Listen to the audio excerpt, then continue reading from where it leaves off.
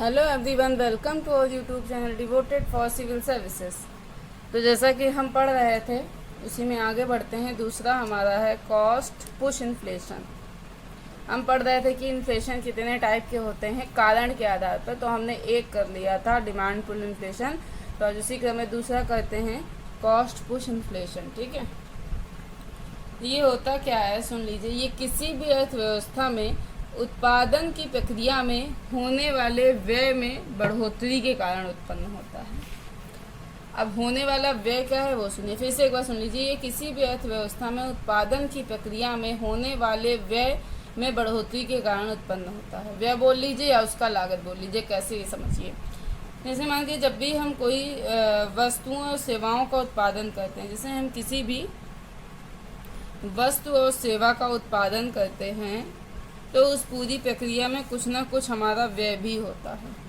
ठीक है, कुछ ना कुछ हमारा व्यय भी होता है। अब व्यय कैसा होता है वो देख लीजिए। व्यय जैसे हमारा होता है कच्चे माल का खर्च, जो भी होता है हमारा, जो हमारा कच्चा माल लगता है वो, या फिर श्रमिकों का वेतन, श्रमिकों के वेतन का भी खर्च होता है व्यय। ठीक है, ट्रांसपोर्टेशन का भी व्यय होता है, फ्यूल या ईंधन का भी व्यय होता है। ठीक है, इस तरीके का व्यय होता है। इस व्यय को ही हम क्या कहते हैं, लागत कह देते हैं। जो व्यय है हमारा इसको ही हम लागत कह देते हैं। तो जब इसमें बढ़ोतरी हो जाए, यानी कि जब लागत में बढ़ोतरी हो जाए तो अंतिम उत्पादित वस्तु का मूल्य स्वतः बढ़ जाता है। इसी को लागत जनित मुद्रास्फीति कहते हैं। अब एक बार हम आपको एग्जांपल देके समझाते हैं, मुझे लगता है बेहतर समझ में आएगा। मान के चलो P कोई पेंसिल है, ये C कंपनी की है। P कोई पेंसिल है और ये C कंपनी की है। अब सभी पूरे शहर में ये घोषणा कर दी जाए, ये सबको बता दिया जाए कि जितने भी स्कूल हैं वो ये कह दें, जितने भी स्कूल हैं मतलब उन सभी में अनाउंस कर दिया जाए कि आपको C कंपनी के पेन से ही काम करना है, दूसरी कंपनी का पेन नहीं यूज़ करना है। तो ऐसे में होगा क्या कि पेन की मांग बढ़ जाएगी, पेन की मांग बढ़ जाएगी। इसको कहेंगे मांग जनित मुद्रास्फीति। ठीक है, समझ लीजिएगा। ठीक है, इसको कहेंगे मांग जनित मुद्रास्फीति। अब क्या है कि जैसा था पहले वैसा ही रहे, यानी कि ऐसा कुछ भी नहीं है, पेन की मांग नहीं बढ़ी, सभी स्कूलों में कुछ भी नहीं बोला जाए, नॉर्मल कंडीशन है। ठीक है, तो मतलब मांग नहीं बढ़ी, तो पेन के उत्पादन में जो होने वाला व्यय है लेकिन वो बढ़ गया है। पेन के उत्पादन में जो होने वाला व्यय है वो बढ़ गया है। ठीक है, मान लीजिए पहले एक पेन की कीमत थी 5 रुपया SCP। ठीक है, अब हम पेन को बेच रहे हैं 6 रुपये में और अपना प्रॉफिट कमा रहे हैं 1 रुपये। ठीक है, पहले। अभी की कंडीशन क्या है ना, 6 का पेन है और 7 में बेच रहे हैं, प्रॉफिट अभी भी हम 1 ही रुपये कमा रहे हैं। इसकी पेन की क्या महंगी हो गई है, रिफिल जैसे महंगी हो जाए या इंक महंगी हो जाए, प्लास्टिक महंगी हो जाए। ठीक है, उस कारण से लागत बढ़ी है। तो यहाँ जो पेन का मूल्य बढ़ा है वो मांग के कारण बढ़ा है? नहीं, पेन का जो प्राइस बढ़ा है वो मांग के कारण नहीं बढ़ा है बल्कि लागत के कारण बढ़ा है। इसी को कहते हैं लागत जनित मुद्रास्फीति। क्या कहते हैं? लागत जनित मुद्रास्फीति।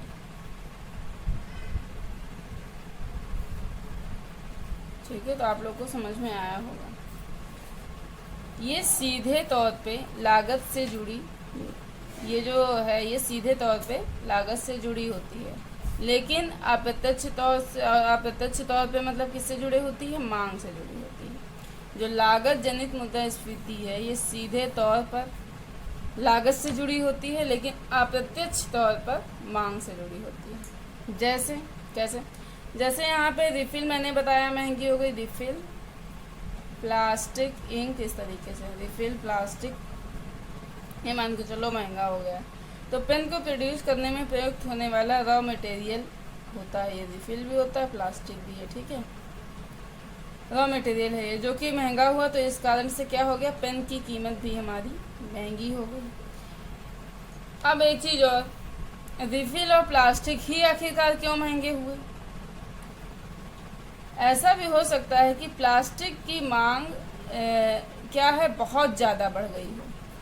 प्लास्टिक की मांग बहुत ज़्यादा बढ़ गई हो। कैसे? जैसे मान के चलो जो बाल्टी बनाने वाली कंपनियां हैं, जो बाल्टी बनाने वाली कंपनियां हैं, अब ज़्यादा हाँ, ये जो बाल्टी, जैसे ये जो, क्योंकि इसमें जो प्लास्टिक लगेगी वही प्लास्टिक इसमें यूज़ होती है, तो जो बाल्टी बनाने वाली कंपनियां हैं अब बाल्टी बना रही हैं, ठीक है, तो बाल्टी की मांग बढ़ जाएगी, ठीक है ना। ज़्यादा बाल्टी बना रही हैं तो क्या होगा, बाल्टी की मांग बढ़ जाएगी। जब बाल्टी की मांग बढ़ेगी तो प्लास्टिक की मांग ऑटोमेटिक बढ़ जाएगी, ठीक है। और प्लास्टिक की मांग बढ़ने के कारण क्या होगा, प्लास्टिक हमारा महंगा हो जाएगा। प्लास्टिक की मांग बढ़ने के कारण प्लास्टिक हमारा महंगा हो जाएगा। अब प्लास्टिक के महंगा होने के कारण पेन को प्रोड्यूस करना भी महंगा हो जाएगा। तो बात समझ में आई कहाँ से उत्पन्न हुई ये चीज़। मान के चलो कोई कंपनी बाल्टी बना रही है, मांग ज़्यादा आ गई तो बाल्टी क्या करे, तो बाल्टी ज़्यादा प्रोड्यूस होने लगेंगी, जो कि क्या है, तो इससे क्या हुआ, प्लास्टिक की मांग बढ़ गई। प्लास्टिक की मांग बढ़ने के कारण क्या हो जाएगा, प्लास्टिक महंगा हो जाएगा। और प्लास्टिक के महंगा होने के कारण पेन को ख़रीदना भी या पेन को प्रोड्यूस करना भी महंगा हो जाएगा। तो यहाँ पे आप देख रहे हैं कि प्लास्टिक का मूल्य बढ़ा, किसके कारण, प्लास्टिक की मांग में बढ़ोतरी के कारण। लेकिन पेन का मूल्य बढ़ा, क्यों, क्योंकि प्लास्टिक के मूल्य में बढ़ोतरी के कारण पेन का मूल्य बढ़ा। क्योंकि यहाँ पे प्लास्टिक एक प्रकार का इनपुट है या कच्चा माल है पेन के लिए। तो पेन की कीमत में बढ़ोतरी क्या है, हमारी लागत जनित है। मतलब पेन का मूल्य मांग के कारण नहीं बढ़ा है। आई होप आप लोग को समझ में आया होगा कि मैं क्या बता रही हूँ, ठीक है। तो यहाँ पे क्या है, जो लागत जनित मुद्रास्फीति है, कॉस्ट पुश जो इन्फ्लेशन है, यहाँ पे ये सीधे तौर पर मांग से जुड़ा नहीं है। कॉस्ट पुश इन्फ्लेशन सीधे तौर पर मांग से नहीं जुड़ा, लेकिन अप्रत्यक्ष तौर पर मांग से जुड़ा हो सकता है। ये हम बताने की कोशिश कर रहे थे, जो कि मैंने बताया, ठीक है। तो यहाँ पे क्या है, लागत जनित मुद्रास्फीति। ठीक उसी तरह से जैसे अंतर्राष्ट्रीय बाजार में तेल की कीमतें बढ़ जाएं, जो तेल होता है हमारा कच्चा तेल, उसकी कीमतें बढ़ जाएं, चाहे जो भी हो, मतलब कारण चाहे कुछ भी हो सकता है, उसमें कोई ऐसी बात नहीं, कारण कुछ भी हो सकता है, लेकिन वह ईंधन की प्रक्रिया में प्रमुख स्रोत होता है। जो हमारा कच्चा तेल होता है वो ईंधन की प्रक्रिया में प्रमुख स्रोत होता है। ट्रांसपोर्टेशन भी इसी पे बेस्ड होता है, इसी को रिफाइन करके बनाते हैं, पेट्रोल वगैरह बेस्ड होता है, ठीक है। तेल की कीमत कहीं भी बढ़े, लेकिन लागत उत्पादन की प्रक्रिया में बढ़ेगा ही बढ़ेगा।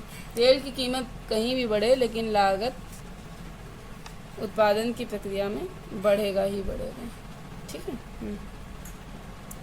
और इस कारण से मुद्रास्फीति जो उत्पन्न होगी उसे कहेंगे लागत जनित मुद्रास्फीति। क्या कहेंगे, लागत जनित मुद्रास्फीति, ठीक है। अच्छा, अब हम आपसे एक क्वेश्चन पूछते हैं, नीचे जरा कमेंट सेक्शन में जवाब जरूर दीजिएगा जो भी वीडियो देखते हैं, ठीक है। क्वेश्चन ये है कि मान के चलो टाटा समूह है, ठीक है, सभी को मालूम है टाटा ग्रुप जो है, अपने कर्मचारियों का वेतन बढ़ा दे। टाटा ग्रुप अपने कर्मचारियों का वेतन बढ़ा दे, तो इससे कौन कौन सी मुद्रास्फीति जन्म लेगी, ये जवाब देना है। रोकिए वीडियो, जवाब दीजिए, फिर हम आगे बढ़ते हैं, हम बताते हैं। देखो, इससे डिमांड पुल इन्फ्लेशन भी होगा, यानी कि मांग जनित मुद्रास्फीति भी बढ़ेगी, प्लस लागत जनित मुद्रास्फीति भी बढ़ेगी, दोनों बढ़ेगी। कैसे, अब यही तो समझाना, ये समझिए कैसे ये हुआ, ठीक है। वेतन बढ़ा, ठीक है, अच्छी बात है, वेतन बढ़ गया, वेतन बढ़ा, उस पैसे का उपयोग क्या होगा, उपभोग के उद्देश्य से लोग करेंगे, तो यहाँ से क्या होगा, मांग बढ़ेगी, नो डाउट, ठीक है। लेकिन अगर वेतन बढ़ा तो जो मतलब टाटा के जो कर्मचारी हैं उनका वेतन टाटा समूह जो प्रोड्यूस कर रही है उस प्रोडक्ट के प्रोडक्शन के प्रोसेस में एक प्रकार का लागत।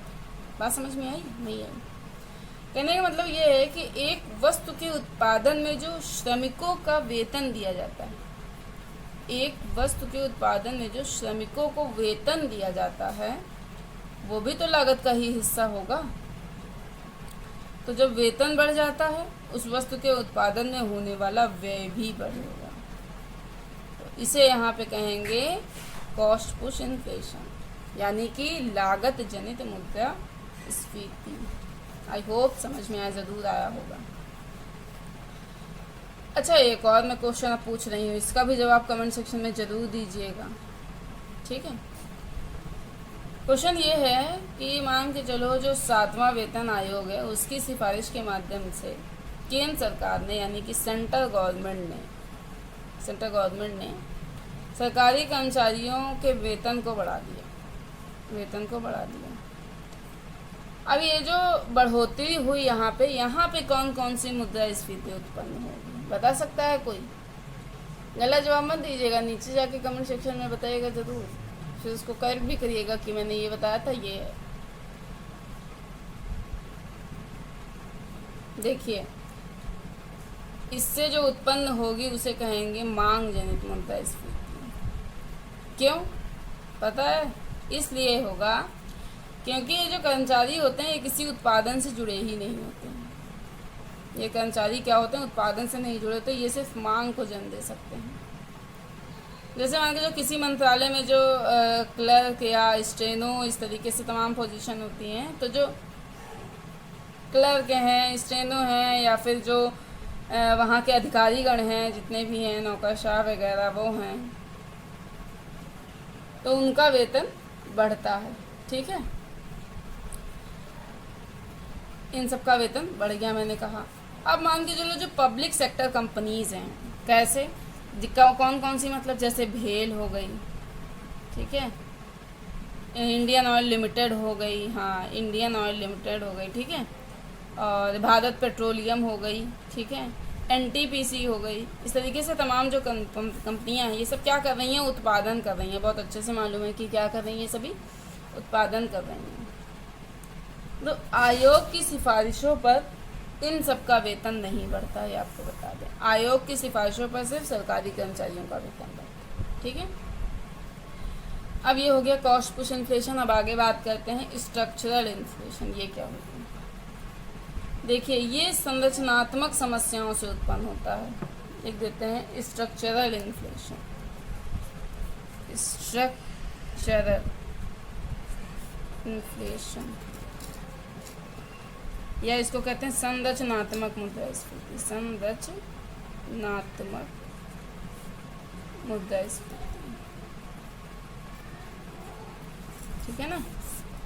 तो ये क्या है? ये संरचनात्मक जो समस्याएं होती हैं, उनके कारण उत्पन्न होती हैं, ठीक है। मान के चलो किसी अर्थव्यवस्था में ट्रांसपोर्टेशन फैसिलिटी या भंडारण सुविधा नहीं है, तो क्या होगा? ट्रांसपोर्टेशन फैसिलिटी नहीं है, ठीक है, भंडारण सुविधा नहीं है, तो क्या होगा? स्ट्रक्चरल इन्फ्लेशन हो जाएगा, ठीक है। जैसे मान लो भारत में अलग अलग क्षेत्र हैं, सबको मालूम है, वो वेल कनेक्टेड नहीं है। जैसे हम एग्जांपल देते हैं, जैसे नॉर्थ ईस्ट का जो हिस्सा है, वो अपने यहाँ से वेल कनेक्टेड नहीं, यानी कि अच्छे तरह से कनेक्टेड नहीं। हालांकि वो बात अलग है कि वहाँ पे एयरपोर्ट बन रहा है, नो डाउट, अरुणाचल प्रदेश में बन भी रहा है एयरपोर्ट, नो डाउट वो बन रहा है फिलहाल, अभी तक देखते हैं। फिर भी उतने अच्छे से कनेक्टिविटी नहीं होगी, नहीं हो पाएगी जितना बाकी देश के अन्य हिस्सों में है, ठीक है। अरुणाचल प्रदेश में इसीलिए क्या होता है कि हर एक चीज़ महंगी है वहाँ पे। क्यों महंगी है? कारण क्या है? स्ट्रक्चरल समस्या है वहाँ पे, संरचनात्मक समस्याएं हैं। भारत में फल और सब्जियों के उत्पादन में कौन से स्थान पर है? दूसरे स्थान पर है। संरचनात्मक समस्या का मतलब आप लोग समझ गए होंगे, सड़कें नहीं अच्छे से बनी हैं, तो क्या है, जाने आने में दिक्कत होती है, पेट्रोल वगैरह इन सब का खर्चा भी ज़्यादा लगता है, इस वजह से क्या है, यहाँ पे चीज़ें महंगी, ठीक है। अब देखिए, भारत क्या है, फलों और सब्जियों के उत्पादन में दूसरे स्थान पर है, ठीक है। पहले नंबर पे कौन है? भारत, और पहले नंबर पे चाइना, ठीक है, तुमने ऐसे करो, ठीक है। दूसरे स्थान पर है फल और सब्जियों के मामले में, ठीक है। अब आपको मालूम है कि इंडिया में जितना उत्पादन होता है उसका 40% नष्ट हो जाता है। आप बता पाएंगे क्यों नष्ट हो जाता है? वो इसलिए नष्ट हो जाता है क्योंकि अपने वहाँ भंडारण की सुविधा ही नहीं है। भंडारण की सुविधा यानी कि स्ट्रक्चरल समस्या। ऐसी समस्याओं के कारण सोचिए 40% हमारा इस तरीके से नुकसान हो रहा है। अगर सोचिए ये सब चीज़ें बाजार तक पहुँचें तो क्या इतना महंगा होगा? नहीं होगा। सामान चीज़ें भी सस्ती रहेंगी, फल और सब्जी भी सस्ती रहेंगी और हमें दिक्कत भी नहीं होगी। ये सब चीज़ें कब हो पाएंगी? जब हमारी स्ट्रक्चरल समस्या दूर होगी। ठीक है। अब क्या है, स्ट्रक्चरल समस्या और भी कारणों से होती है, सिर्फ यही एक कारण नहीं है। उनमें कारण है हमारा जमाखोरी। जमाखोरी का आपने नाम सुना होगा, होर्डिंग भी जिसको कहते हैं हिंदी में, होर्डिंग। ठीक है ना, जमाखोरी। अब ये क्या है, देखिए भी बताते हैं क्या है, थोड़ा इसको समझिए। देखिए, जब कोई बिचौलिया कई सारे उत्पादकों में से कोई वस्तु ज़्यादा मात्रा में खरीद कर उसका भंडारण कर ले, कोई बिचौलिया, ये पर्सन है, ये पर्सन, अब बीच का एक व्यक्ति किसी भी वस्तु को, चाहे वो गेहूं मान लो, चावल, मतलब कुछ भी आप मान सकते हो ये चीज़ें, या प्याज की भी बहुत ज़्यादा होती, प्याज मान लो। ठीक है, मान के चलो प्याज का क्या किया, ये प्रोड्यूस कर रहा है और ये मार्केट यहाँ तक इसको पहुँचना चाहिए, लेकिन बिचौलिया क्या करेगा कि इससे इसको क्या करेगा, खरीद लेगा। खरीद कर क्या करेगा, अपने पास भंडारण कर लेगा और उसे बाजार तक पहुँचने ही नहीं देगा। तो ऐसी स्थिति में क्या होगा, मार्केट में कमी उत्पन्न होगी, वो भी कैसी, कृत्रिम कमी, आर्टिफिशियल कमी। एक्चुअल में कमी थोड़ी ना, यहाँ तो प्रोडक्शन तो काफ़ी ज़्यादा है, लेकिन क्या करें जब बीच वाले लोग इसको अपने पास भंडारण के लिए, भंडारण करने के लिए रखे ले रहे हैं, क्योंकि उनके पास सुविधा है भाई भंडारण की। ठीक, रखे रहे हैं। ये इक्का दुक्का लोग होते हैं, सब लोग नहीं होते हैं, बात ध्यान रखिए, बहुत कम लोग इक्का दुक्का होते हैं और यही लोग सोचते हैं कि बस हम ही आगे बढ़ें जमाखोरी करके। ठीक है, तो इसी कृत्रिम कमी का लाभ उठाकर वही बिचौलिया या व्यापारी उस वस्तु को फिर बाद में क्या करेगा, महंगे में बेच देता है, महंगे में बेच देता है। इसी अब क्या है, अगर मान के चलो भंडारण की सुविधा होती सरकार के पास, तो क्या ये आता व्यक्ति? नहीं आता। सरकार के पास भी तो नहीं भंडारण की सुविधा है, तो ये बिचौलिया क्या करेगा, उस व्यक्ति उस प्याज को मान के चलो, उसको क्या करेगा, अपने पास स्टोर करके रखेगा ज़रूरत से ज़्यादा। जब कोई भी चीज़ आप अपनी ज़रूरत से ज़्यादा रखते हैं तो उसे क्या कहते हैं, जमाखोरी या होर्डिंग कहते हैं। ठीक है, इसको यहाँ तक नहीं पहुँचने दे रहा। तो ये किस कारण हो रहा है, चूँकि संरचनात्मक समस्या है इसलिए ऐसा हो। ठीक है, आई होप समझ में आया होगा ये चीज़ आपको। अब दूसरी बात करते हैं, व्यवसायी समूहीकरण, इसको इंग्लिश में कहते हैं कार्टेलाइजेशन। देखिए, यूएस और यूके इंग्लिश होती है, उसमें क्या होता है, एस का कभी कभी जेड बन जाता है, तो कहीं कहीं ये भी लिखा होगा, तो आप लोग इससे थोड़ा बताइएगा नहीं कि मैंने ये लिखी या वहाँ वो लिखी स्पेलिंग, तो दोनों ही सही होती हैं। यूके यूएस में दोनों, यूएस में ये यूज़ होता है, यूके में। ठीक है, तो ये कार्टेलाइजेशन। ठीक है, इसे कहते हैं व्यवसायी समूहीकरण। व्यवसायी समूहीकरण, अब ये क्या होता है इसे समझ लीजिए। अगर मान के चलो एक पर्टिकुलर प्लेस है यहाँ पे, ठीक है, यहाँ पे कुछ व्यापारी हैं, अपनी दुकान सब लोग आपस में लगाए हुए हैं, 10-12 लोग हैं, 15 लोग। ठीक है, अब ये आपस में क्या कर दें, प्रतिस्पर्धा हटा दें। जैसे कोई सामान लेने जाओ तो यहाँ पे 5 में मिल रहा है, यहाँ 6 में मिल रहा है, यहाँ 4.5 में मिल रहा है। ये लोग कह रहे हैं नहीं, ये हटाओ, यहाँ पे टोटल सामान करो 10 रुपये। ठीक, 10 रुपये का मतलब कोई भी सामान हो सकता है, वो करो। और तो उपभोक्ता क्या होगा, इस दुकान पे जाएगा, इस दुकान पे जाएगा, सब जगह वो चीज़ क्या है 10 की, तो वो किसी ना किसी दुकान से खरीद ही लेगा। तो क्या होगा, इससे उपभोक्ता की मजबूरी हो जाएगा कि इस बढ़े हुए दाम पर इन सबको खरीदना। तो होता क्या है कि ये सब लोग एक साथ आम सहमति से वस्तुओं और सेवाओं के मूल्यों को बढ़ा देते हैं, तो उपभोक्ता क्या करता है, मजबूर होकर खरीद लेता है। बात समझ में आई? व्यवसायी समूहीकरण व्यवसायी समूहीकरण क्या होता है, यही होता है, आपस में मिलकर आम सहमति से इसको रेट बढ़ा देना। और फिर उपभोक्ता, इससे जाहिर सी बात है, वो अगर यहाँ रहता होगा तो इससे बाहर, तो अगर मार्केट प्लेस यहीं है तो इससे बाहर तो जाएगा नहीं, जाएगा तो कभी कदार छोटी मोटी चीज़ें कौन जाता है बाहर खरीदने। खैर, अब दूसरा आता है काला बाजारी। काला बाजारी क्या होता है, बहुत सुना होगा आपने, PDS, पब्लिक डिस्ट्रीब्यूशन सिस्टम, बहुत ज़्यादा पढ़ा होगा। उसमें क्या होता है, चावल जो होता है 3 रुपये किलो होता है, गेहूँ 2 रुपये किलो होता है और मोटा अनाज 1 रुपये किलो होता है, ऐसा होता है, ठीक है। लेकिन होता क्या है कि जो PDS वाले होते हैं, पब्लिक डिस्ट्रीब्यूशन के तहत जो रखते हैं अपनी दुकान, मतलब जो लगाते हैं, जिनको सरकार से मिलता है ये सब इतने में बेचने के लिए, ठीक है, ये लोग क्या करते हैं कि इसको बाज़ार में ज़्यादा में बेच देते हैं। जैसे 3 मान के गेहूँ इन्होंने बताया 2 रुपये किलो, गेहूँ क्या है 2 रुपये किलो, तो आप बाज़ार में बेचने जाओगे जिस समय उसकी कटाई बुआई हो रही है तो भी वो 1500-1600 में होगा, 15 या 1600, ठीक है। बाद में बेचोगे तो और ज़्यादा मिलेगा। लेकिन ये लोग करते क्या हैं कि सरकार ने इनको दिया, ये लोग इनको ना दे करके मार्केट में बेच लेते हैं, तो इनको 1500-1600 कहाँ 2 रुपये बहुत ज़्यादा बेनिफिट होता है। इसी तरीके से देखा आपने गैस सिलेंडर भी ब्लैक में ये लोग बेचते हैं, जो गैस सिलेंडर होता है हमारा उसको भी ब्लैक में बेचते हैं। इसी को कहते हैं काला बाजारी। क्या कहते हैं इसको? काला बाजारी कहते हैं। अब हम आप लोगों से एक क्वेश्चन पूछते हैं, आप लोग इसका मुझे जवाब दीजिएगा। क्वेश्चन मेरा ये है, मैंने आपको 3 तरह की पढ़ाई, ठीक है, 3 तरीके की पढ़ाई है। इन्फ्लेशन 3 तरह का अभी तक पढ़ा है मैंने। एक पढ़ाया है डिमांड पुल इन्फ्लेशन, ठीक है। फिर पढ़ाया है कॉस्ट पुश इन्फ्लेशन, फिर मैंने पढ़ा स्ट्रक्चरल इन्फ्लेशन, ठीक है। आपको मुझे ये बताना है कमेंट करके कि भारत में इनमें से कौन कौन सी प्रकार की मुद्रास्फीति पाई जाती है। भारत में इनमें से कौन कौन से प्रकार की मुद्रास्फीति पाई जाती है, ठीक है।